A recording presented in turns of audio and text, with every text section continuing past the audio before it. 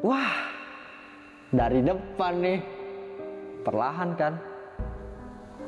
Pas gue senterin, astagfirullahaladzim. Siapa ini? Gue langsung kan bangun. Pas gue bangun, ada yang bilang, Assalamualaikum. Ya berarti bener nih.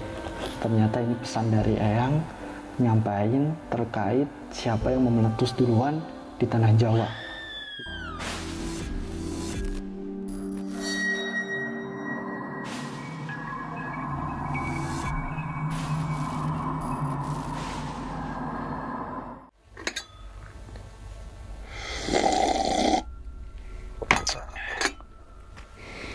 Assalamualaikum warahmatullahi wabarakatuh. Kembali lagi bersama gue Sumar Adiwijaya atau biasa dipanggil Umang dalam segmen Kisah Mistis Pendaki. Pada video kali ini atau pada kesempatan kali ini, gue tidak akan membawakan sebuah cerita, namun menghadirkan narasumber yang pernah mengalami kejadian mistisnya, tentunya saat pendakian gunung. Di samping gue sudah ada penulis buku horor yaitu Restu Wira Atmaja. Wede. Terima kasih banyak Wira, udah jauh-jauh datang dari Cirebon nih Wira. Iya. Kebetulan Cirebon juga nih gitu kan, seperti saudara sendiri teman-teman semua. Yang belum tahu teman-teman nih Wira ini siapa atau bisa dipanggil Restu juga ya, tapi familiar dengan Wira kalau gua gitu kan. Wira ini adalah seorang penulis buku horor. Iya. Ya Wir ya. Dan salah satunya adalah ini terbitan keberapa ya? Ini terbitan Keempat, yaitu Catatan Pesugihan. Iya. Dan lo akan mengeluarkan buku ke-6 ya? Iya, mau ke-6. Apa kira-kira? Udah ada belum judulnya? Udah ada. Apa tuh? Judulnya Sepertiga Malam Ilham. Sepertiga Malam Ilham. Malam Ilham. Dan Tapi berarti sama pesugihan juga. pesugihan juga. Iya. Dan berarti yang nggak lama lo terbitkan itu yang itu ya, Ensiklopedia Santet ya. Iya. Jadi teman-teman semua, Wira ini tulisannya itu yaitu catatan pesugihan ya, Iya. santet, terus apa lagi Wir? Lebih condongnya kedua itu sih. Kedua itu aja, berarti santet dan juga pesugihan. Dan ini gue udah beberapa buku ya yang udah gue baca, yaitu catatan pesugihan, Malam Satu Suro, Batur Gaib, itu kan tuh the best banget semua teman-teman semua. Misalkan nih Wir, teman-teman ngopi horor pengen order ini buku, di mana ini? Nanti bisa aja DM via Instagram. Nah, nanti Instagram Wira taruh di bawah ya. Misalkan di marketplace ada gak sih? Belum ada. Belum ada ya. Jadi secara personal ya. Personal. Di sini sudah ada penerbitnya juga dan sudah ada apa namanya? ISBN teman-teman semua. Jadi doakan aja buku yang ke-6 cepat rilis. Amin, Nah, ya Allah. dan teman-teman semua langsung order, habisin stok yang ada di Wira. Nah, oke Wir, pada video kali ini atau pada kesempatan kali ini, apakah lo nanti akan bercerita tentang pesugihan dan juga santet? Enggak ya? Enggak ya? Enggak, tapi pendakian gunung kan? Pendakian. Yaitu di Gunung Perahu. Prau. Dan sebelumnya juga Wira udah bercerita ya, yaitu di Gunung Cermai. Teman-teman semua bisa langsung aja tuh klik link ada di bawah kiri sini nih. Oke, sedikit dong Wir, apa yang lo alami saat pendakian di Gunung Prau itu? Oke, sebelumnya Wira ucapin terima kasih dulu pada Bang Sama-sama. Umang dan pada teman-teman semua. Nah, udah diberikan kesempatan untuk bisa bercerita di sini. Jadi sedikit aja cerita atau kisi-kisi waktu pas naik ke Gunung Prau itu. Wira juga tuh kesana karena emang benar-benar pengen naik gunung, nggak ada niatan apapun gitu. Dan kebetulan pada saat naik itu kejadian-kejadian janggalnya banyak banget. Satu hal yang menjadi sampai sekarang masih kepikiran itu, ada salah satu pendaki yang dia ini, yang Wira lihat itu dia itu kayak solo hiking gitu kan, kayak tektok naiknya itu mungkin nggak seperti kita. Dan ternyata dia itu bukan pendaki Bang. Oh, Dia bukan pendaki, Tapi, melainkan Aul. Aul tau nggak Bang Aul? apa Aul? Aul itu kalau misalkan kita tahu ya, di searching di Google itu termasuk kayak bagian dari siluman gitu. Jadi wajahnya itu berbentuk kayak anjing atau nggak serigala. Badannya? Jadi tuh pas awal dia tuh semuanya kayak outfitnya pendaki. Tapi pas udah di atas itu dia wajahnya langsung berubah jadi Aul. Jadi kayak siluman gitu kayak manusia gitu. Oke. Dan lo masih ingat gak kejadian itu di tahun berapa, Wir? Ini baru kemarin 2021 bulan Desember. 2021. Iya. Berarti belum sampai setahun. Belum. Dan ini pertama kali lo cerita ya? Iya. Ya, berarti ya. Berarti ini fresh graduate lagi. Nah, oke. Wira juga punya YouTube. Iya, benar. Nah, YouTube-nya apa tuh, Wir? YouTube Wira namanya Catatan Wira. Catatan Wira. Iya. Ngebahas apa? Apakah ngebahas yang lo tulis di buku ini? Iya, random juga sih, tapi lebih kebanyaknya santet sama pesugihan. Santet dan juga pesugihan. Gak jauh-jauh horornya ke dua ranah itu ya? Iya. Waduh, mantap sekali. Tanpa berlama-lama lagi, kita langsung masuk aja ke dalam ceritanya. Ngopi horor segera dimulai. Susah banget buku.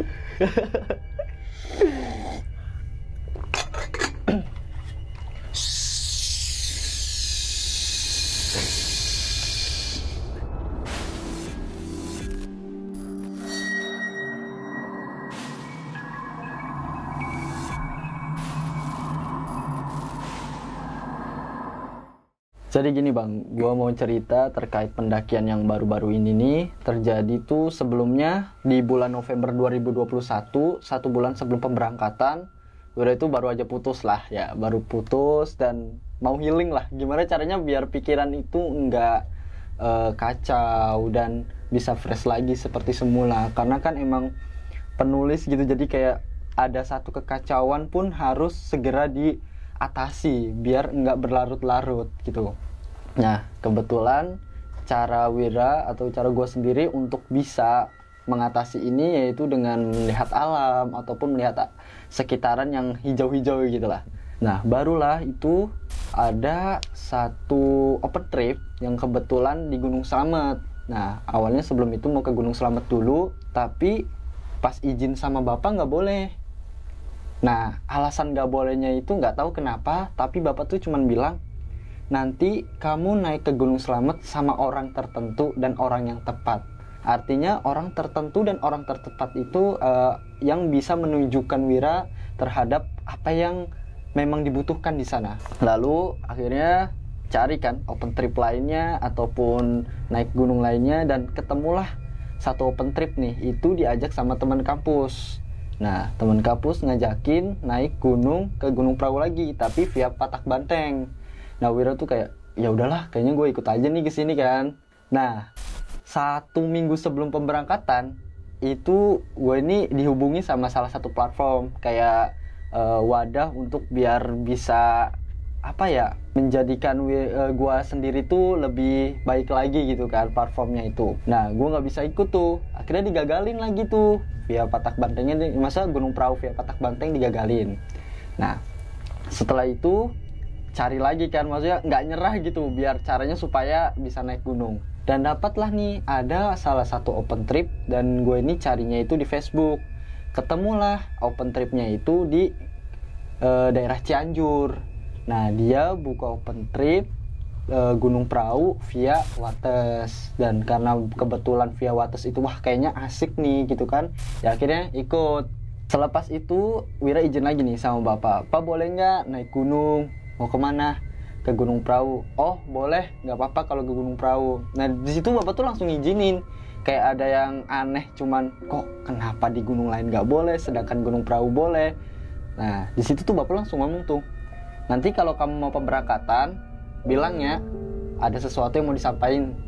Oh, berarti memang benar ada yang mau disampaikan oleh bapak. Akhirnya terlepas setelah mau pemberangkatan, kurang lebih 2 hari sebelum pemberangkatan, bilang tuh bapak, "Kamu berangkat hari apa?" "Hari ini, Pak." Dikasih tahu tuh harinya, tanggalnya. "Oh ya udah, nih bapak kasih tahu. Nanti ada di salah satu pos, kamu nanti akan ketemu sama sesuatu di sana." Tapi sesuatunya nggak disebutin, cuman tuh yang lebih spesifiknya itu masih ada garis keturunan sama kamu. Jadi kayak mungkin di sana gua ketemu sama salah satu atau siapa di sana dan itu masih ada garis keturunannya juga. Dan bapak tuh langsung tuh nembak, "Itu eyang kamu. Nah, kalau kamu ketemu itu, nanti kamu akan tahu tentang Slamet." Lah, berarti nyambung nih bang. Nah, makanya nggak boleh dulu naik ke Slamet karena ada sangkut pautnya. Di Gunung Prau dulu. Iya, Gunung Prau dulu. Okay. Nah setelah itu ya udah, gue cuman bisa ya udahlah ngikutin apa aja yang kata orang tua, karena kan gue mau kemana-mana pun harus izin sama orang tua, minta ridonya, minta doanya juga sama orang tua. Nah 1 hari sebelum pemberangkatan gue packing tuh, beli barang, logistik, dan gue ngehubungin juga nih pihak dari open tripnya berangkat maksudnya gue berangkat jam berapa enaknya. Dan akhirnya pihak open trip itu, sebut aja namanya Bang Imam, itu dia ngasih tahu di jam 10 aja mas berangkatnya. Dan ternyata nih Bang, untuk informasi aja, Bang Imam ini nih dia udah kenal Wira. Dia udah kenal gue itu waktu gue salah satu nge-shooting gitu ya di salah satu YouTube, dan dia wah ini sih tahu. Oh, jadi udah lebih kenal lebih dulu. Iya, udah kenal lebih dulu, dan dia juga sering baca-baca tulisan gue juga. Twitternya Wira. Oke. Dan dia bilang, "Mas, kalau misalkan Mas ikut ke sini, tolong ya backupin anak-anak. Maksudnya kalau semisal ada salah seseorang yang diikutin atau apa keganjilan, pokoknya backupin." Ya oke mas, santai aja. Soalnya saya juga naik gunung itu nggak ada niatan apapun, nggak niatan untuk konten atau apalah. Saya niat mau healing, nggak mau hal-hal yang aneh gitu kan. Ya udah tuh, udah selesai, barulah pemberangkatannya itu kan jam 10 pagi bang. Gue berangkat dari Cirebon maksudnya di Terminal Harjamukti ke Bandung dulu karena transit. Nah saat pemberangkatan tuh posisi badan gue tuh agak emang kurang membaik. Kenapa kurang membaik? Karena sebelum gua ke gunung dulu itu gua ada acara di Jogja. Jadi kayak ada acara diskusi horor gitu khusus para penulis. Iya yang Jogja itu ya. Iya, diskusi horor. Nah, itu badan gua masih agak drop di situ. Cuman gua bukan paksain sih, lebih ke gua bisa nih, kuat nih, ngerti juga kan. Pastinya gua ini kesempatan, nggak ada lagi kan. Ya udah gua ikut. Nah, saat yang bersamaan di perjalanan tuh gua tuh kayak masih inget kata-kata bapak. Apa ya yang dikatain bapak itu? Maksudnya yang ini siapa gitu.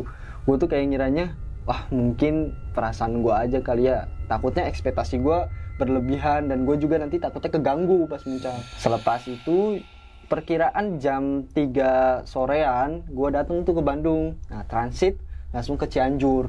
Karena waktu itu tuh kayak agak macet juga, terus banyak kendalanya lah. Dan akhirnya maksudnya gue sendiri langsung ke Cianjur, transit di sana, dan sampai di Cianjur kurang lebih jam 9 malam. Nah di situ tuh baru dijemput sama Bang Imam sama temennya, nggak tahu gue kenal siapa, lupa namanya itu. Nah gue di sana dijemput sama beliau, 2 orang itu, dan langsung ke arah rumahnya. Ketika sampai ke rumahnya Bang Imam, kita ngobrol-ngobrol dong biasa karena kenal awal. Dan di situ ada temennya Bang Imam lagi, namanya Bang Doni. Kita di sana ngobrol-ngobrol terkait cerita perhororan lah, atau cerita pendakian gunung gitu kan. Gue juga masih mau tahu nih gunung apa aja yang udah pernah dia daki, dan dia juga udah tahu kalau gue pernah mendaki ke Gunung Cermai dan tahu ceritanya juga. Saat kita lagi ngobrol-ngobrol tuh, gue tuh mau telepon bang, mau nelpon orang tua. Kan biasanya kalau udah datang ke lokasi, gue ngasih kabar ke orang tua biar di rumah itu nggak kepikiran, aman-aman aja. Nah kebetulan kita itu nempatin di lantai 2. Di sana itu ada pintu yang bisa buat ngarahin keluar, bisa ngelihat bangunan-bangunan lain. Dan gue di sana nelpon sambil ngerokok. Nah gue tuh keluar dan nelpon tuh orang tua, tapi sinyalnya agak down gitu, jadi agak keganggu sinyalnya. Pas gue itu lagi ngerokok, gue itu ngeliat sesuatu bang di situ. Jadi sebelumnya gue belum cerita nih ke Bang Imam. Gue ngeliat sesuatu, ternyata di lantai 2-nya Bang Imam itu ada sosok nenek-nenek. Nah sosok nenek-neneknya itu kayak nyuruh kayak gini. Itu kan kalau diartikan kan pulang aja pulang gitu. Lah gue ngapain, maksudnya kok dia nganuin itu ngapain gitu, ada pertanda apa gitu kan. Nah udah selesai gitu, gue cuman diam karena gue juga nggak mau berkomunikasi lebih dalam terhadap sosok-sosok yang gue ketemuin. Udah biarin aja lah. Nah udah selesai, akhirnya gue masuk lagi ke dalam dan itu istirahat. Singkat cerita, pagi harinya baru tuh gue langsung kasih tahu Bang Imam, bang kalau di lantai 2 rumah Bang Imam tuh ada penunggunya ya. Loh kok mas tahu? Bang Imam tuh kaget, loh kok mas tahu? Iya mas, tadi saya ngeliat tuh ada sosok nenek-nenek. Lah iya mas, benar itu nenek-nenek. Nah nenek-nenek itu tuh pernah tuh kayak ngeganggu ibunya. Jadi ceritanya itu ibunya mau kayak ngejemur pakaian atau mau ngambil pakaian, itu tiba-tiba itu sandung tuh, maksudnya jatuh sendiri.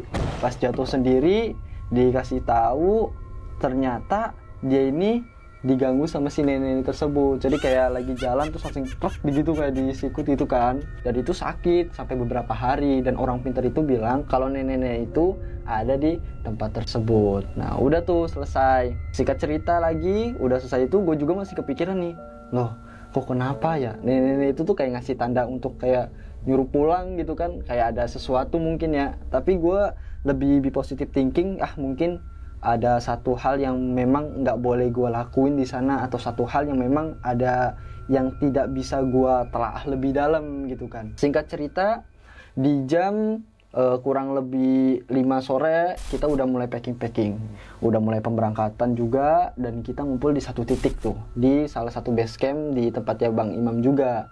Nah di sana udah banyak tuh ngumpul orang-orang Cianjur, karena ini kan open trip, jadi kan banyak juga yang ikut. Tapi gue salah satu orang Cirebon, yang lainnya Bandung dan Cianjur. Di sana pada ngumpul, ngobrol-ngobrol biasa, dan ternyata di sana juga ada yang kenal gue lagi.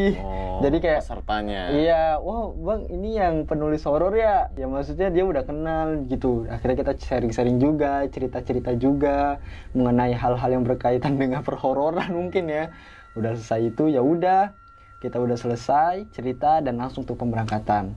Nah sebelum kita berangkat ke Gunung Prau itu kita ke Bandung dulu bang, karena ada beberapa peserta juga yang dari sana. Setelah itu kita ke Bandung dan jemputin peserta-peserta lainnya. Kurang lebih 17 peserta bang.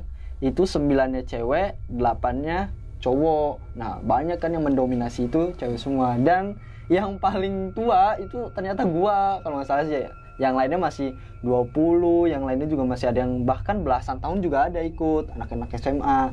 Ya mau nggak mau kan gue juga harus bisa dijadikan sebagai patokan nih, gimana caranya biar open trip ini berjalan lancar gitu. Singkat cerita, kita pemberangkatan dari Bandung ke Wonosobo gitu kan. Udah sampai di sana dan sampailah di base camp kurang lebih jam 12 siang. Itu tuh lama juga nih pemberangkatan karena ada kendala-kendala lainnya. Saat nyampe di base camp, kita istirahat dulu karena kita emang mau ngambil pendakiannya di agak sore, nggak mau terlalu siang banget gitu. Sampai di sana kita siap-siap, terus juga ada yang mau mandi, ada yang mau sholat ya sholat gitu, dan kita saling kenal satu sama lain. Setelah itu, gue ini kan mau sholat bang, mau sholat duhur. Pas mau sholat duhur, dan gue itu ngedenger ada sesuatu di belakang nih, ada ramai-ramai orang, tapi itu kayak dari entah orang base campnya atau mungkin dari pendaki lain. Dia itu kayak bilang, lihat nggak itu orang itu tuh kayak diikutin sesuatu gitu, kayak mungkin yang mereka lihat tuh kayak ada yang ngikutin gua gitu, ada yang ngikutin gua. Dia kayak bisik-bisik aja gitu, cuman kedengeran gitu kan. Nah udah selesai gitu, gua ngeliatin tuh, udah selesai sholat, gua ngeliatin tuh orang itu. Nah ketika gue ngeliatin orang itu langsung buang muka gitu. Apa ya yang dia omongin gitu kan. Dan selesai, ya udahlah, gue nggak mau terlalu ambil pusing terhadap apa yang mereka katakan tentang gue gitu. Yang penting gue di sini niatnya baik, di sini niatnya mau naik gunung, nggak ada hal atau sangkut paut apapun yang berkaitan dengan konten ataupun yang keluar dari zona gue naik gunung gitu. Yang penting emang tujuan gue healing. Udah selesai itu. Kita dikumpulin tuh karena kita juga nyewa satu porter, tapi nyewa satu porter nggak sampai kemana gitu, cuman sampai ke pos 3 aja waktu itu. Dan ketika porter datang, kita rapat sebentar, ngobrol-ngobrol, dan ditanya tuh, ada nggak di sini yang lagi haid atau lagi ada halangan? Nah ternyata dari salah satu pendaki itu ada nih, dari peserta tuh ada, saya lagi haid. Oh ini namanya siapa? Namanya Dela. Nah Mbak Dela ini lagi haid ternyata. Nah dikasih tahu, Mbak nanti hati-hati ya kalau misalkan apa-apa bilang gitu kan. Nah di situ tuh Mbak Dela juga orangnya agak perasa dia bang, dia juga agak perasa, dia juga mungkin udah naik ke gunung-gunung lain dan dia tuh sensitif juga, yang gue lihat sih seperti itu. Singkat cerita, udah selesai kita rapat, udah selesai kita ngobrol-ngobrol lebih dalam, dan tepat di jam 4 sore kita berangkat. Pemberangkatan mulai jam 4 sore. Ketika kita mau berangkat itu ya biasa kita kayak bercanda-canda lah, biar kita mencairkan suasana juga dan enggak mendominankan kalau pendakian itu horor. Enggak, kita mendominankan pendakian itu ya penuh dengan kesenangan dan tidak ada satu hal atau sangkut paut pun yang berkaitan dengan itu. Mindsetnya kita waktu itu langsung diubah gitu. Berangkat dari base camp menuju pos 1. Kebetulan waktu itu kalau di Via Wates itu lumayan bang, jadi dari base camp ke pos 1 itu jaraknya agak lumayan jauh juga. Jadi karena menyusuri rumah warga dan juga perkebunan rumah warga gitu. Nah, di pertengahan jalan kita tuh ngumpul nih jadi satu, dan kita ngumpul jadi satu dan kita di situ berdoa bersama-sama. Nah, setelah kita berdoa bersama-sama selesai, dan yang diharapkan kita itu semoga pendakiannya lancar. Nah, setelah itu lanjutin lagi perjalanan sampai di titik dimana gue ini bisa ngeliat perbukitan, gue ini bisa ngeliat pepohonan-pepohonan gitu kan, dataran tinggi gitu. Di situ tuh gue udah ngerasa nggak enak bang.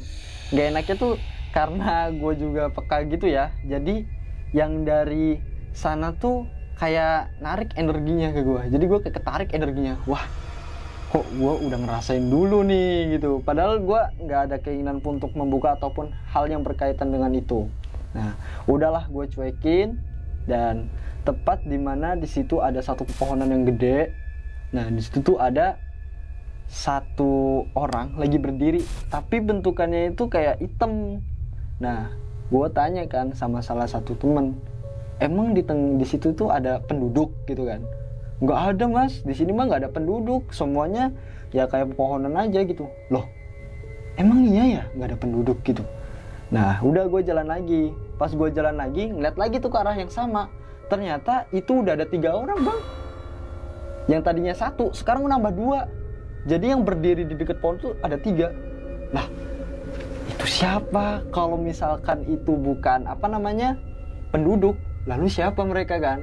Nah udah, gue langsung tuh ubah mindset gue. Kalau misalkan hal-hal yang berkaitan horor, gue langsung ubah lagi. Tetap fokus pendakian. Singkat cerita, sampailah kita nih ke kayak shelter gitu, dan kita istirahat di sana karena udah gerimis. Dan di situ Bang Imam udah nyuruh sama kita semua untuk pakai kayak jas hujan biar kita juga nggak sakit atau gimana. Nah, di situ tuh Bang Imam tuh udah wanti-wanti gue bang. Bang Imam udah langsung deketin gue dan bilang, Mas, kalau ada apa-apa bilang ya. Maksudnya ini kan tahu nih mas, teman-teman kita itu masih muda semua. Kalau misalkan ada apa-apa bilang, terus kalau mas mampu backupin. Iya mas, nanti saya ke bagian depan, tolong mas Imam nanti bagian belakang. Kalau misalkan menurut saya ada yang aneh, itu mungkin gue ngasih tanda gitu. Akhirnya selesai, dan kita lanjut lagi ke perjalanan menuju pos 1. Nah, ketika sampai pos 1 ya biasa kita foto-foto di sana, dan kita juga kayak ngambil momen di situ kan, foto-foto bareng. Nah, selesai itu baru lanjutin lagi menuju ke pos 2. Nah, selama perjalanan menuju dari pos 1 ke pos 2 itu udah agak gerimis tuh. Gerimisnya udah lumayan gede gitulah, dan kita udah siap pakai jas hujan semua, dan gue itu bener-bener ngeliatin sekeliling, takutnya ada satu hal yang mungkin bisa dijadikan wah ini harus di backup gitu kan.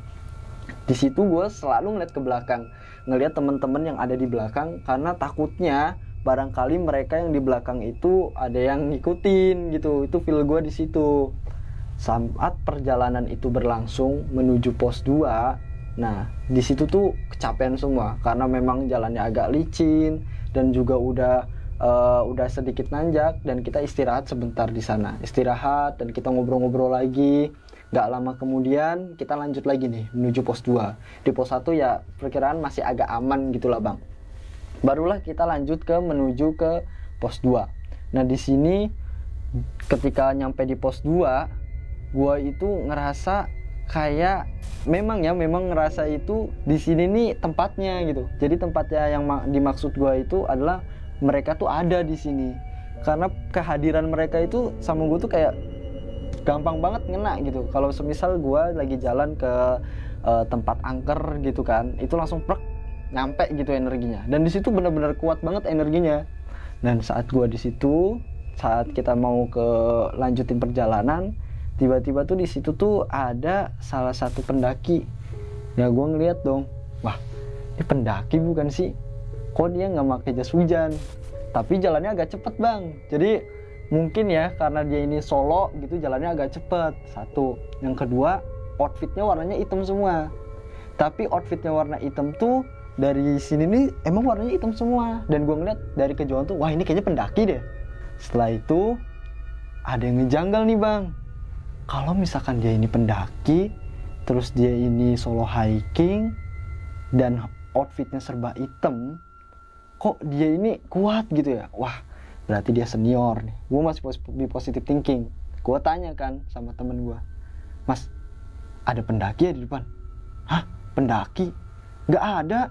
Loh itu gak ada mas, gak ada pendaki.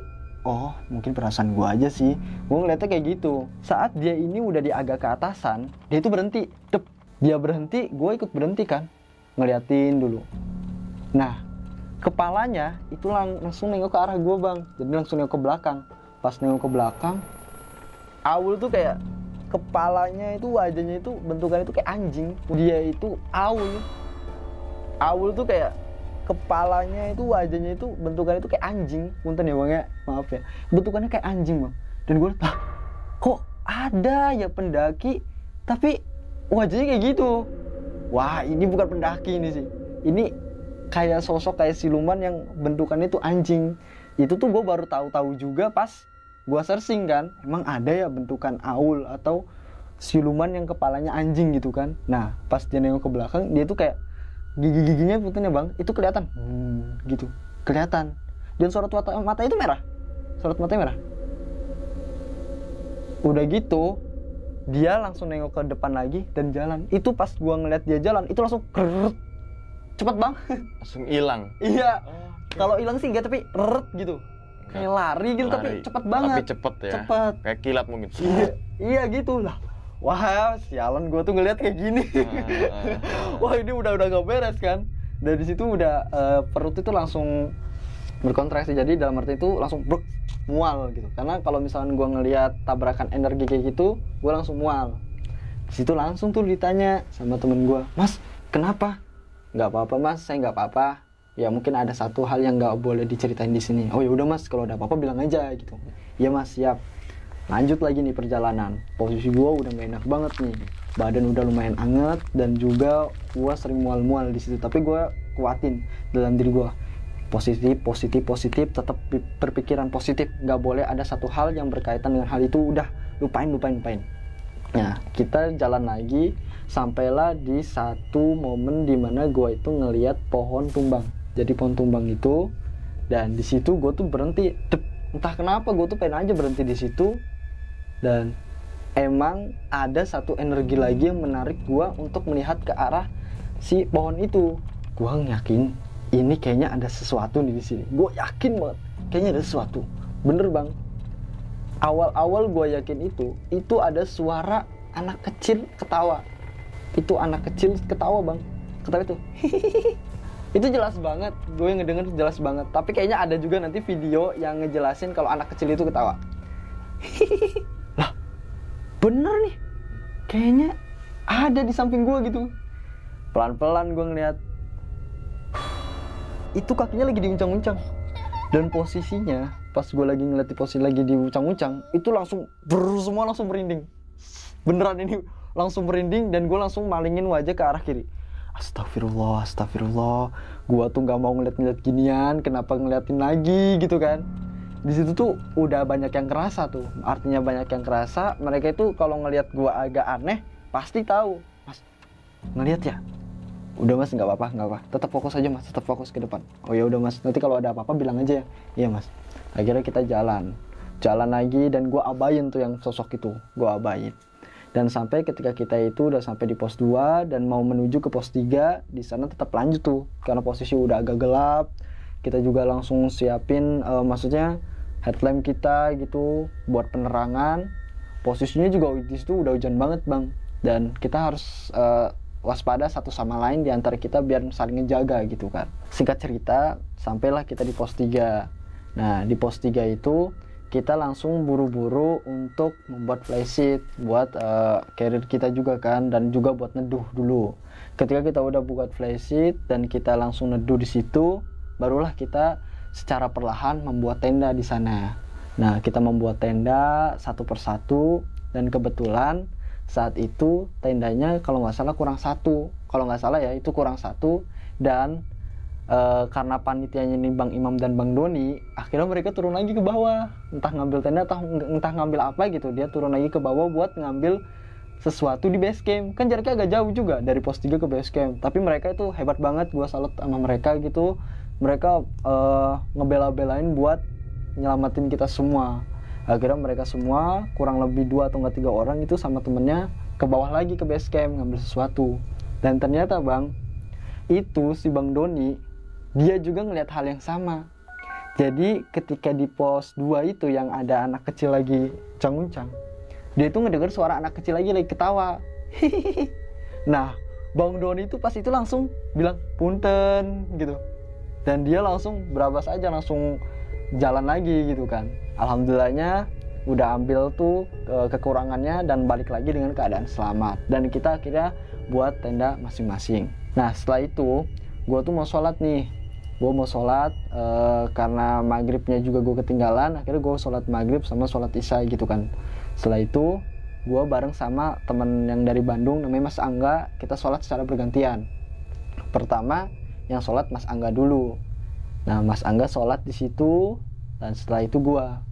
Saat Mas Angga lagi sholat, gue kan ngejagain barangkali ada apa-apa gitu kan.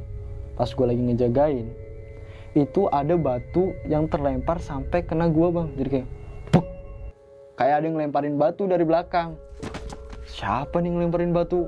Wah usil nih, udah usil nih. Nah setelah itu gue ngeliat kan ke belakang, nggak ada siapa-siapa. Ya udah, tetap positive thinking, tetap pikiran positif. Barangkali aja kan mungkin ini sesuatu yang jatuh dari pepohonan waktu itu kan. Setelah itu gue tetap fokus lagi nih jagain Mas Angga. Saat yang bersamaan itu lemparan batu kedua kena lagi ke gue. Buk. Wah nggak beres ini. Pokoknya ada di sesuatu kan di belakang. Gue cek nih bang. Pertama pakai flash HP gue, dicek di belakang siapa ya, barangkali ada apa-apa. Pas gue lagi ngecek, itu lemparan batu ketiga itu ngepas banget dari pohon depan gue. Pek. Wah dari depan nih, perlahan kan. Pas gue senterin, astagfirullahaladzim, sosok yang sama, anak kecil itu bang, dia lagi uncang-uncang anggel lagi sambil ketawa. Kayak gitu, dia lagi uncang-uncang anggel lagi. Dan ternyata dia itu usil, maksudnya sering lemparin batu ataupun apapun ke kita semua. Dan saat itu karena gue gak terima, dia usil, gue usilin lagi dong. Dia usil, akhirnya gue lempar lagi nih batu kecil. Gue bacain bismillah 7 kali. Bismillah, bismillah, bismillah, bismillah, bismillah. Tak lempar tuh. Pas dilempar, udah ngilang dia. Kalau gue sendiri pribadi, kalau misalkan dia nggak ngeganggu, ya gue nggak ngeganggu dong. Dan ketika dianya ini ngeganggu, ya otomatis jangan sampai teman-teman gue diganggu gitu. Ya caranya, ya gue usilin balik lagi. Akhirnya pas gue lempar batu lagi, itu dia udah ngilang. Gue tuh udah mati, alhamdulillah, untung ngilang gitu kan. Setelah itu baru nih gue sholat, karena Mas Angga udah selesai. Ketika gue sholat agak aman gitu. Tapi pas kita berdua itu, Mas Angga dan gue ini lagi ngobrol setelah sholat, itu di sekeliling kita itu kayak rame. Jadi kayak rame itu maksudnya itu ada yang bertengger di pepohonan. Gue ngerasa banget waktu itu. Dan Mas Angga pun sama. Mas, kayaknya kita langsung pindah ke tenda aja deh. Soalnya ini udah nggak enak perasaannya. Ya udah Mas, kita ke tenda aja yuk. Akhirnya gue berdua nih, gue sama si Mas Angga langsung nih ke tenda. Saat kita masuk ke tenda, dan itu langsung tidur. Karena posisinya emang udah malam banget dan kita kecapean gitu. Nah saat tidur kurang lebih jam 10-an malam, gue tertidur dan teman-teman masih ada yang di luar, masih ngobrol-ngobrol. Tepat kalau nggak salah jam 1 pagi, tiba-tiba tuh gue bangun bang.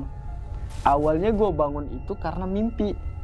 Mimpinya itu gue didatengin sama kakek-kakek, dan kakek-kakek itu pakai sorban rapi gitu, kalau bentukan resih kayak kiai gitu kan. Tapi di belakangnya ada lagi segerombolan. Nah, yang di belakangnya itu beda-beda bentukannya. Dan ternyata dari yang segerombolan itu ada si anak kecil yang tadi. Loh, kok ada anak kecil yang tadi? Jangan-jangan masih bagiannya dari ini gitu kan. Nah, saat itu gue langsung bangun tuh. Wah, gue mimpi buruk nih kan. Pas mimpi buruk, karena posisinya gue berada di pojokan, gue langsung tuh ngelihat ke arah pojokan tenda gitu, dan abstrak bisa ngelihat ke belakang gitu kan. Nah, di situ ada yang manggil-manggil nama gue, Wira, Wira, Wira, kurang lebih 3 kali. Dia manggil-manggil. Ah, siapa ini? Gue langsung kan bangun. Pas gue bangun, ada yang bilang, Assalamualaikum. Langsung merinding. Ada yang bilang, Assalamualaikum. Gue yang tadi duduk kayak gini langsung, Waalaikumsalam. Gue tahu nih, yang dateng kayaknya yang dia omongin bapak. Jadi kan bapak kan pernah bilang tuh bang, yang katanya nanti kamu di pos 3 bakal ketemu sama sesuatu yang itu masih ada keturunan kamu. Nah, itu tuh sosok itu yang ngasih tahu kamu tentang Gunung Slamet. Nah, pas dia bilang Assalamualaikum, gue jawab Waalaikumsalam. Udah selesai, gue tuh perlahan tuh mata tuh ngelirik ke depan. Dan bener, ada kakek-kakek datang ngehampirin tenda bagian belakang kan. Nah, dia duduk, bukan duduk, maksudnya dia tuh ngedeketin kurang lebih 5 hasta lah. 5 hasta berarti berapa langkah gitu ya, 5 hasta dari situ. Dan dia ngomong pakai bahasa Jawa kromo, yang maksudnya bahasa Jawa yang gua sendiri belum terlalu mengerti gitu. Tapi di situ gua dapat beberapa poin sih. Yang pertama itu gue merinding banget lagi. Akan adanya konferensi tertutup terkait gunung-gunung yang mau meletus duluan di tanah Jawa. Di tanah Jawa? Iya, gue merinding so. Iya, itu akan terjadi di tahun 2022 awal. Pokoknya ada kejadian di mana di awal tahun itu gunung-gunung di sekitaran Indonesia, maksudnya di tanah Jawa itu rapat di satu gunung. Jadi maksudnya rapat tuh gini, kayak konferensi tertutup gitu, dan mereka itu membahas terkait siapa yang akan meletus duluan di gunung. Berarti kayak petinggi-petinggi gunungnya ya? Gue merinding banget coba. Bisa dibilang ya? Iya. Makanya dirapatin itu mungkin siapa nih yang oke. Bener. Kayak zaman dulu lah, kerajaan-kerajaan lah. Dan kan faktanya kan emang bener. Iya, faktanya bener-bener. Pas itu gue, kaget dong. Kok bisa ngasih tahu kayak gini? Setelah itu gue ngasih tahu lagi, dia ngasih tahu lagi. Nanti ada yang tidur di sebelah kamu. Kamu yang kuat, mentalnya tujuannya sih buat nguatin mental gue. Gue deg-degan dong. Siapa nih yang bakal tidur di samping gue lagi nih? Nah, yang ketiga, kasih tahu sama teman-teman kamu waktunya tidur. Udah, nggak usah ngobrol dulu. Nah, itu akhirnya udah selesai. Selesainya itu ada kabut yang langsung merep gitu, langsung nutupin. Pas kabut langsung nutupin, gue langsung buru-buru keluar bang. Nah, teman-teman itu yang di luar, ada Bang Imam juga, kaget dong. Gue bangun dan lihat, Mas, ada apa? Gak apa mas, saya mau cek keluar dulu ya bentar. Bakar rokok, cek ke belakang. Pas cek ke belakang, wah udah gak ada. Ya berarti bener nih, ternyata ini pesan dari Eyang nyampain terkait siapa yang mau meletus duluan di tanah Jawa. Udah selesai gitu, akhirnya gue kan sampai ini pesan yang ketiga. Karena kan pesan kedua nih belum gue lakuin nih kan. Gue sampai nih pesan ketiga, Mas, kalau bisa jangan malam-malam ya ngobrolnya, soalnya udah rame di sini. Gue ngobrol itu aja, udah rame. Oh iya mas ya, bentar lagi kita tidur kok. Nah akhirnya gue masuk ke dalam. Pas gue masuk ke dalam tenda, gue istirahat kan, dan gue itu hadapin muka ke arah depan tenda. Sekarang nggak ke belakang lagi, ke arah depan tenda. Pas gue itu udah depan ke tenda, barulah teman-teman semuanya udah pada masuk ke tenda. Dan gue tuh di situ tuh mencoba untuk tidurin tuh, tapi susah banget bang. Kayak gue tuh mau tidur tapi kok susah banget ya. Ini kayak ada sesuatu gitu kan. Tiba-tiba tuh di belakang itu ada bunyi tikus yang kayak kejepit, kayak ik ik ik emang bener nih di belakang gue ada sesuatu. Gue coba nih ngalihin kan, wah udahlah, fokus. Ini kayaknya suara alam. Tetap be positive thinking. Suaranya masih ada lagi bang. Pas gue madep ke belakang nih, astagfirullahaladzim, di sebelah gue itu udah ada pocong bang. Seriusan bang. Jadi pas tidur itu bareng pocong. Iya. Itu seriusan banget. Kita tuh pas gue ngadepin ke belakang, muka gue tuh langsung hadapan sama pocong. Pas sejajar berarti mukanya Iya, sejajar. Oh. Udah gitu kan, aduh, kenapa gue tidur bareng pocong kan? Gue balikin lagi kan badan perlahan. Pas gue balikin lagi badan perlahan, baru tuh bang, hidung gue langsung mimisan. Nah kalau bang Umang tanya kenapa hidung gue mimisan, itu posisi gue itu kalau hidungnya mimisan tuh dimana gue ini bentrokannya tuh besar sama energi yang lebih gede gitu, jadi bentrokan dan akhirnya kena tubuh sendiri. Jadi kalau misalkan kita bahas secara mendalam nih terkait ini nih, nanti ada fasenya. Biasanya ada yang mual, ada yang muntah, bahkan ada yang mimisan. Dan fase ini mimisan karena sebelum-sebelumnya kan gue dari Jogja, dan itu pun gue ke tempat-tempat yang mungkin dijadikan sejarah gitu di sana, dan gue udah kelihatan semua hal-hal yang berkaitan itu, dan di situ energi gue kayak capek banget gitu kan, dan gue langsung mimisan di situ. Dan saat gue mimisan di situ, gue langsung tuh keinget sama pesan yang kedua. Wah berarti bener nih, pesan kedua kan gue nanti akan ada yang tidur bareng gue di situ, dan itu yang akan ngelatih mental kamu. Jadi gue di situ ya enjoy. Ya walaupun maksudnya bukan enjoynya gimana ya, ya udah gitu, maksudnya hal apapun yang ada dikaitkan pada kita, kalaupun dia nggak ngeganggu, kalaupun dia ini tidak bermacam-macam sama kita, nggak ganggu kita, ya udah, nggak usah diladenin gitu kan. Udah, kurang lebih sampai jam 4. Tapi dia masih ada di samping sampai jam 4.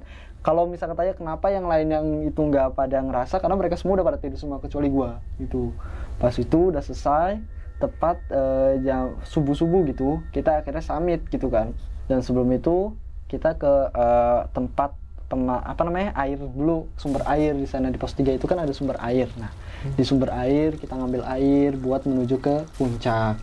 Pas kita udah ngambil puncak, itu udah ambil airnya dan kita bersiap-siap ke sana bareng-bareng kan. Tapi gue waktu itu duluan sama beberapa teman gue dulu, yang lainnya masih di belakang.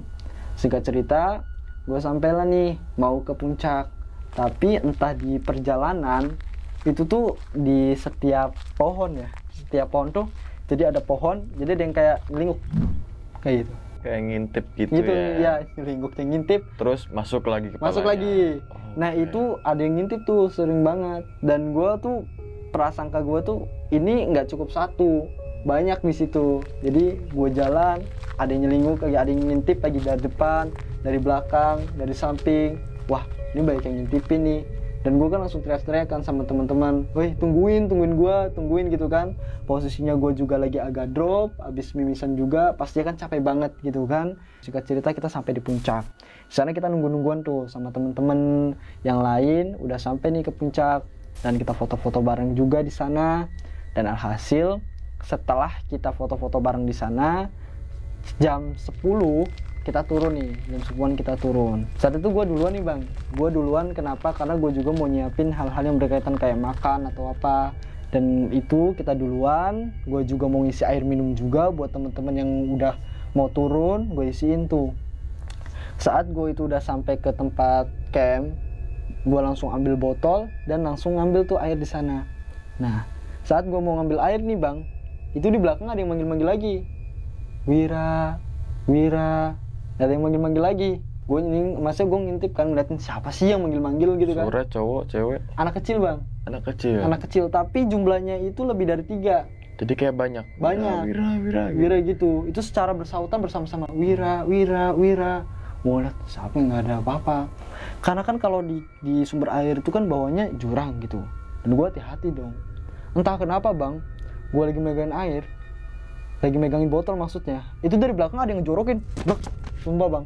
Tapi untungnya itu tuh nggak terlalu kuat ngejorokinnya, dan gue mau jatuh tuh, cuman kepleset doang, wah sialan nih, udah mulai ngeganggu lagi kan. Akhirnya udah selesai, gue cari tuh mana, nggak ada. Ya udahlah, daripada nanti ngegangguin teman-teman yang lain, maksudnya yang dari air itu, botol itu gue ketanganin dan gue bacain Bismillah juga, dan gue limpahin situ. Nah artinya tuh apa, supaya nanti ketika teman-teman gue datang lagi ke sini nggak diganggu sama mereka mungkin gitu kan. Udah selesai itu, akhirnya gue langsung balik lagi ke camp. Nah ini nih yang sempat ke expose juga ke video, nanti mungkin gue juga minta videonya. Itu teman-teman yang dari belakang itu, yang dari puncak itu kan mau turun, ada beberapa teman-teman yang mau turun. Nah mereka itu kan bercanda-canda gitu kan. Tepat di mana saat mereka lagi ngerekam, itu suara anak kecil jelas banget kerekam. Suara itu ketawa kan? Ketawa. Masih tetap ketawa. Jadi ini agak panjang banget.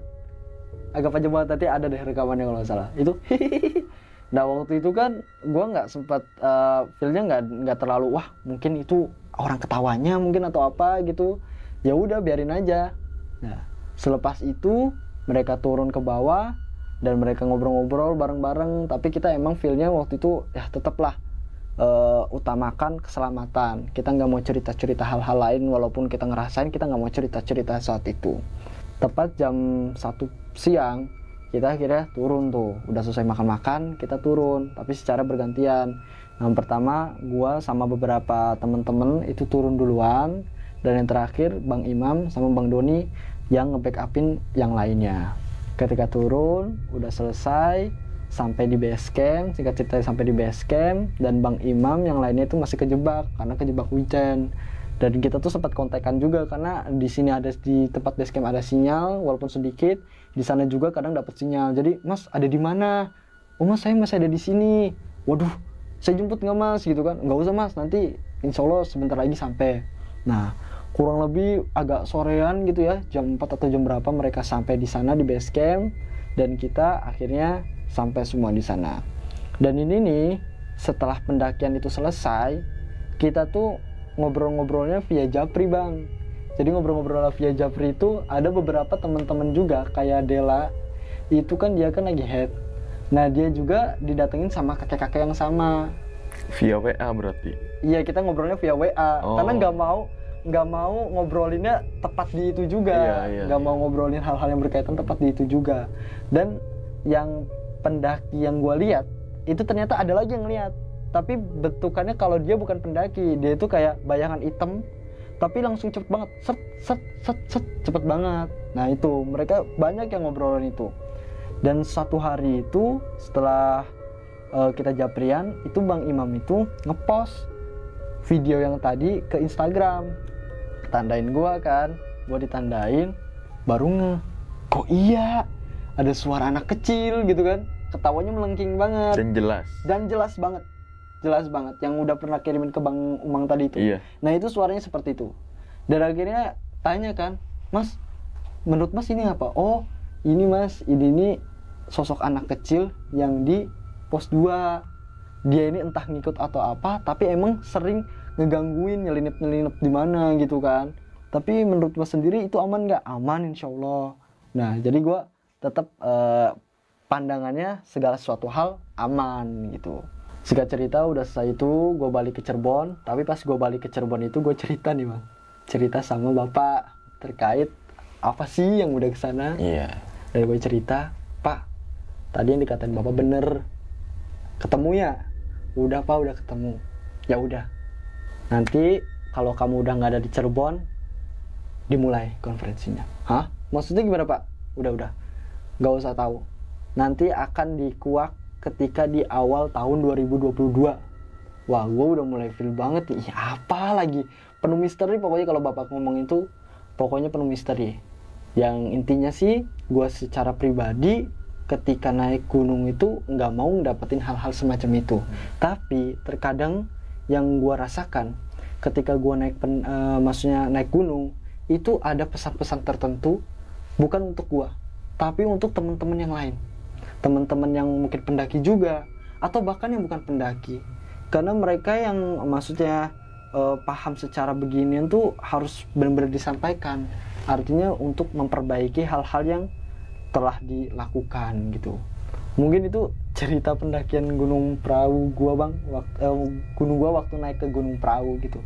Ya intinya sih kita juga tetap waspada juga, dan kalaupun kita mendapatkan hal-hal yang semacam itu, tetap kita pikirannya ke positif, jangan ke pikiran-pikiran yang berkaitan negatif atau apa gitu.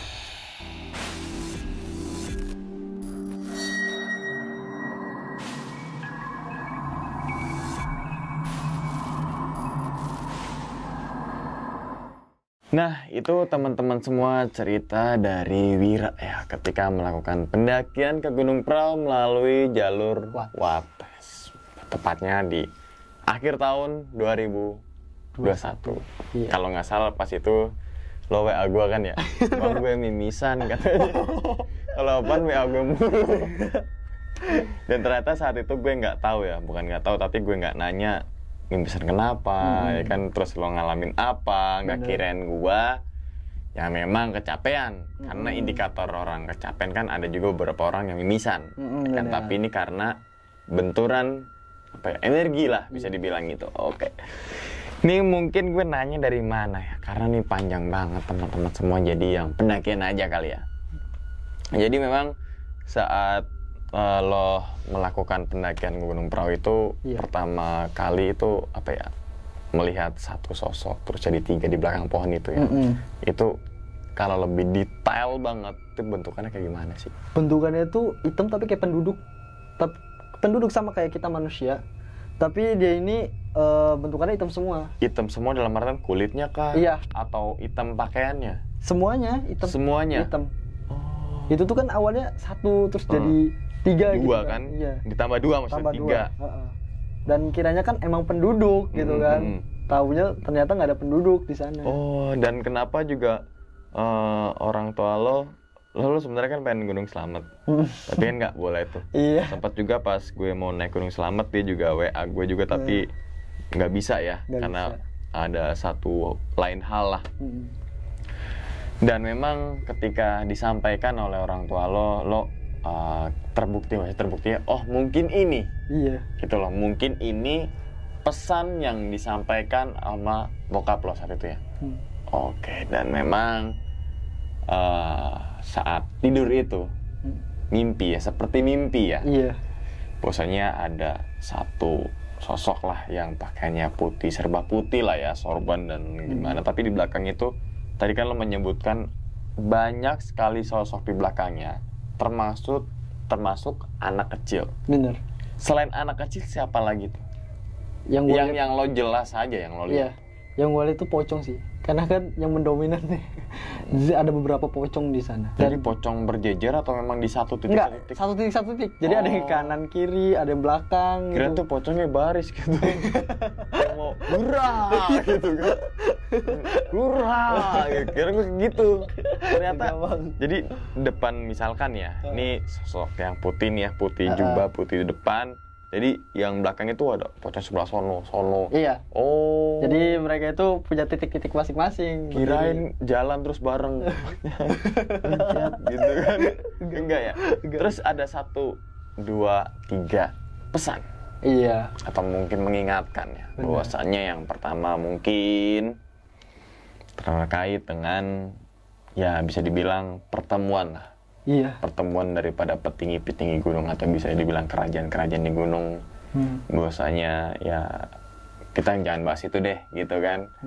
Karena takutnya ada beberapa orang yang menganggap bahwa itu gimana tapi terbukti kenapa? Terbukti bahwasanya ada yang putus duluan. Itu loh gitu kan, terus menyusul siapa lagi kalau alam lah gitu kan. Gue takut banget. Iya, takut banget kalau bahas itu. Oke. Terus yang kedua, bahwasanya pesan apa lagi Wir selain itu? Selain itu kan yang kedua itu gue bakal ada yang nemenin gitu. Tujuannya buat tidur, nemenin tidur. Tujuannya itu buat nguatin mental. Nah, dan yang ketiga itu kasih tahu ke teman-temannya langsung pada tidur, jangan ribut. Gitu. Jangan berisik lah ya, karena waktunya udah malam. Dan ternyata ketika lo tidur lagi, lo menghadap ke arah depan teras tenda berarti ya? Iya. Itu kan agak ada bunyi kayak semacam tikus kejepit tuh. Ya itu. Itu lo dengerinnya persis di belakang lo atau memang Persis di kayak belakang. samar-samar gitu? Persis di belakang. Oke. Jadi ngedenger itu persis di belakang. Karena kan di belakang itu kan pohonan semua kan. Positifnya itu kayak ya udahlah, suara alam gitu. Nggak mau hal-hal yang itu, udah suara alam. Kenapa lo bisa nengokin kepala lo ke arah belakang? Karena penasaran. Itu tuh kalau misalkan suara alam pasti kayak bahasa jedanya itu terus kan gitu, terus bunyi. Tapi ini kayak ada jeda, ik berhenti. Berapa menit kemudian bunyi lagi. Bentukannya kayak gimana sih, Wir? Bentukannya. Iya. Ya bentukannya sih ya, yang gue lihat sendiri ya. Pas pocongnya. Bentukannya sih seperti kayak pocong pada umumnya, kan pocong tuh ada dua. Apa gitu? Ada pocong ori, ada pocong yang KW. Kalau bahasa kita ya, kalau bahasa dalam hororan itu ada yang ori, ada yang KW. Nah kalau ini yang KW. Maksudnya KW? KW itu yang bentukannya agak gimana gitu. Agak-agak rusak. Iya. Apakah hitam kayak seperti gosong? Nah seperti itu. Apakah kain kafannya hitam juga atau putih? Enggak, itu beda lagi. Beda lagi. Oh. Apakah, terus juga pertanyaan kedua, apakah suara piak piak menandakan bahwa si itu ada? Iya. Itu. Jadi kayak kita ya dalam dunia seperti ini yang kita bareng-bareng temui, itu memang ketika ada suara itu ada pocong gitu. Dan itu kiak-kiaknya bener-bener kayak tikus kejepit gitu. Tikus atau ayam kejepit nih, kiak-kiak gitu nih. Kayak tikus banget. Kalau tikus kejepit kan ya mungkin gitu kayak gitu, tapi kayak ada yang kita tahu ya seperti itu, bukan kayak ayam sih. Kayak kejepit gitu ya. Iya. Cepit. Ya itu maksudnya ini yang mungkin teman-teman percaya atau enggak, tapi kita kalau bahas-bahas kayak dunia perhororan yang satu komunitas itu seperti itu. Nah, terus pocong itu hilang. Gimana tuh bisa hilang tuh pocong? Tepat di waktu subuh hilang.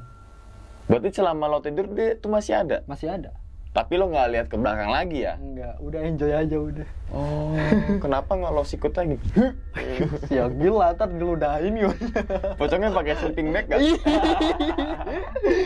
Takutnya kan, Wir, pinjam dong sleeping bag-nya. Kau udah pakai sleeping bag Oh dia, iya, langsung ya. Oke, itu terjawab sudah teman-teman semua. Terus juga pas saat pulang kan, bukan pulang ya, naik turun juga ada beberapa sosok anak kecil nih, iya, yang memang selalu ngikutin ya. Selalu ngikutin. Jatuhnya, soalnya tadi di sebelum naik juga ngelihat dari pohon, terus ngelihat lagi dia lagi, mata air juga dia lagi, yang nimpukin dari atas juga dia lagi, gitu kan? Iya. Berarti yang bisa dibilang yang sosok anak kecil tuh emang tipikalnya tuh jahil.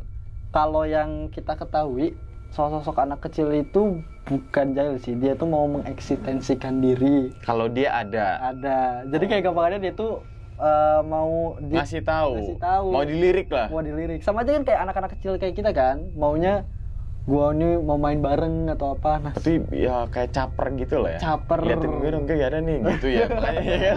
Iya. Iya kan. Terus bentukan anak kecil, apakah bentukan anak kecil kayak pada umumnya? Macam-macam sih, Bang. Macam-macam. Tapi yang apa ya? Yang menonjol banget tuh dari sosok anak kecil tuh kayak gimana perawakannya tuh? Perawakan yang gue lihat di sana, itu sama yang tadi gue lihat itu. Rata-rata itu matanya itu putih. Kayak tuyul? Bukan tuyul, beda lagi. Tapi kayak anak kecil. Anak kecil. Jadi kayak anak kecil pada umumnya, tapi menggunakan kain yang ada yang putih, ada yang hitam. Jadi ada yang serba hitam, ada yang serba putih. Oh. Jadi pas nengok-nengok di atas itu, pos 4 kalau nggak salah, itu yang rata-rata itu yang hitam. Jadi set. Yang kayak ngintip masuk. Ngintip masuk. Iya. Gitu. Oh. Tapi apakah sosok anak kecil tuh bisa mencelakai? Di bahasa di mana deh? Gunung? Di gunung itu. Kalau kita ya bahas hal seperti itu, mencelakai itu tergantung sama niat kita. Berarti pendaki itu sendiri ya? Iya. Adab ya? Adab, al-adabu fauqal ilmi kan, maksudnya iya. adabnya kan di atas ilmu gitu. Jadi segala apapun kalau kita emang itu nggak ganggu, niatnya kita baik, itu insya Allah walaupun kita dapat gangguannya nggak terlalu over. Ekstrim. Ya nggak terlalu ekstrim. Berarti sing sosok-sosok seperti itu bisa dibilang tahu nih hadap kita nih. Nah, insya Allah. Tapi Ya kan maksudnya emang ketika kita buat sompral, lo songong banget tempat gue loh, gitu loh bahasanya. Besengin loh, gitu kan. benar. Oh. gitu. Tapi kalau misalkan ada pun yang misalkan punten ya, kalau secara adab dia baik dan dia tetap digangguin, yaitu dia mau caper. Caper. Oh, karena kan ada beberapa juga yang cerita dia nggak berbuat aneh, tapi dia diisengin. Nah, kan ada tuh. Ada. Tapi emang tipikal si sosok makhluk halus itu ya yang caper ya. Caper. Yang nyari eksistensi gitu kan. Wih, mantep banget. Eksis masuk eksis. Terus juga saat itu kan yang ngalamin haid ya. Ngalamin haid, bukan ngalamin, lagi haid. Dengar juga anak kecil. Iya. Dengar sambil ngeliat gak sih? Kalau sambil ngelihat sih dia enggak, cuman dia itu ngedengarnya tuh kayak agak aneh gitu. Soalnya di rombongan itu nggak ada anak kecil. Iya. Cuman dia kan di pendaki yang lain ada anak kecil nggak? nggak ada. Rombongan pendaki lain? Nggak ada bang. Itu usianya orang kita 16-an, nggak ada anak kecil. Oh. Dan yang gue lihat itu anak kecilnya ya, kalau kita sama ratakan dengan manusia itu ya kayak usia 10 tahunan. Berarti segini. Oke, dan itu cukup seru sekali ya teman-teman semua pengalamannya atau cerita dari Restu Wiraatmaja, seorang penulis cerita horor gitu kan. Dan ternyata mempunyai pengalaman kedua kalinya horor di gunung. Iya. Pertama Cermai, udah ceritakan juga. Yang kedua Gunung Prau, pertama kali juga di sini dia. Iya. Tuh. Jadi teman-teman semua memang gunung itu apa ya? Banyak sekali ya Wira, legenda-legenda sejarah Wira. Dan kalau teman-teman semua pengen tahu tentang buku-buku lo nih Wir, gitu kan. Ini catatan Pesugihan keberapa ya? Cetakan keberapa ya? Masih pertama bang. Pertama ya? Pertama banget nih gue langsung tanda tangan. Pokoknya setiap kali dia ngeluarin buku langsung kirim tuh ke sini tuh. Set. Mantep banget ini Wira. Jadi kalau teman-teman lagi nih Wir, kalau pengen order nih buku, gimana caranya? Nanti mungkin via Instagram aja DM gitu. Via Instagram nanti gue arahin gitu. Ke adminnya. Iya, ke admin. Jadi untuk teman-teman semua kalau mau mesan buku tulisan dari Wira, silakan aja langsung DM ke Instagram Wira, ada di bawah ya link videonya. Dan apakah teman-teman bisa, misalkan ini kan cetakan pertama, mau beli yang ini ada gak sih? Ada. Tuh masih komplit berarti ya. Iya. 1, 2, 3, 4, 5. Dan insya Allah akan rilis yang ke-6. Iya. Wih, mantap. Seorang penulis muda, teman-teman semua patut kita apresiasi karena nulis nggak sembarangan nulis nih. Nulisnya nulis horor. Mantap sekali, dan 6 buku. 1 buku aja saya belum mampu bikin buku. Padahal kalau dibikin buku banyak sekali pengalaman-pengalaman gitu kan. Riset juga. Riset ya. Oh, oke. Ini sambil spill sedikit, apa kesulitan lo saat bukan nulis buku ini aja, tapi semua buku. Poin utamanya tuh dia apa sih? Gangguan sih. Gangguan.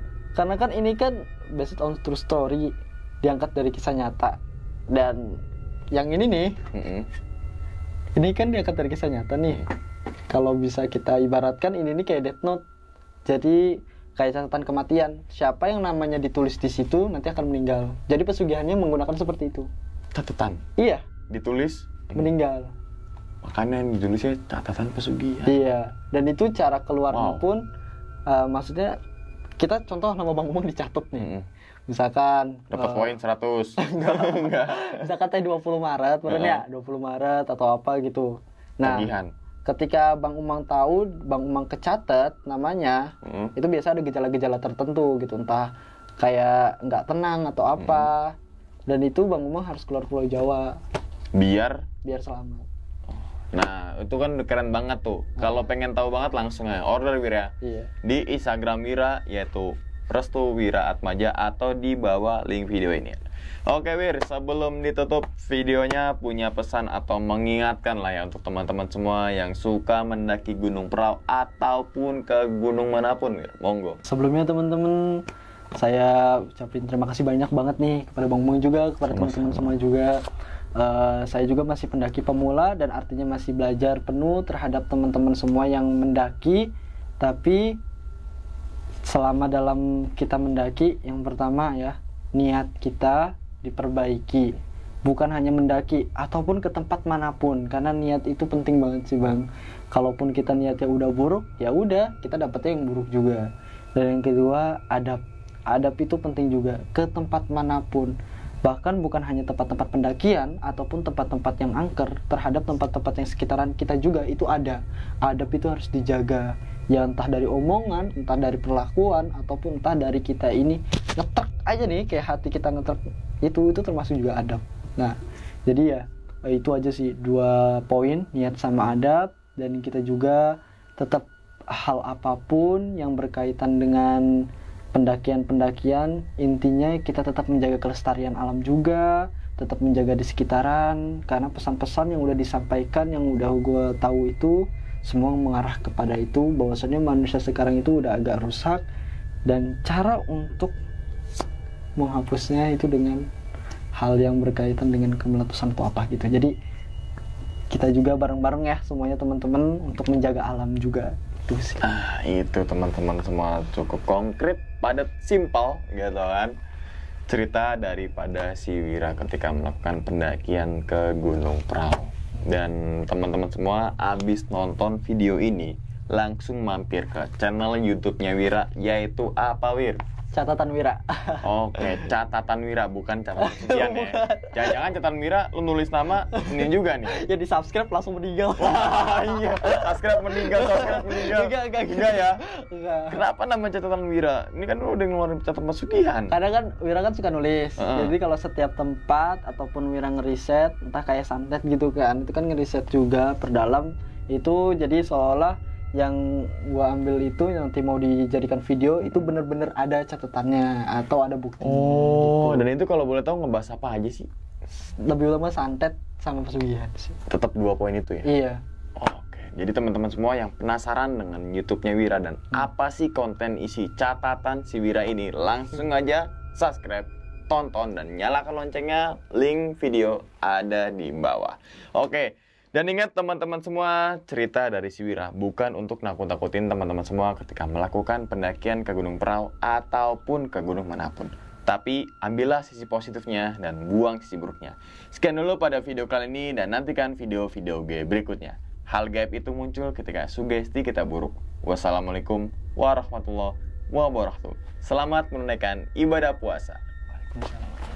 Terima kasih, Wi. Thank you banget. Alhamdulillah.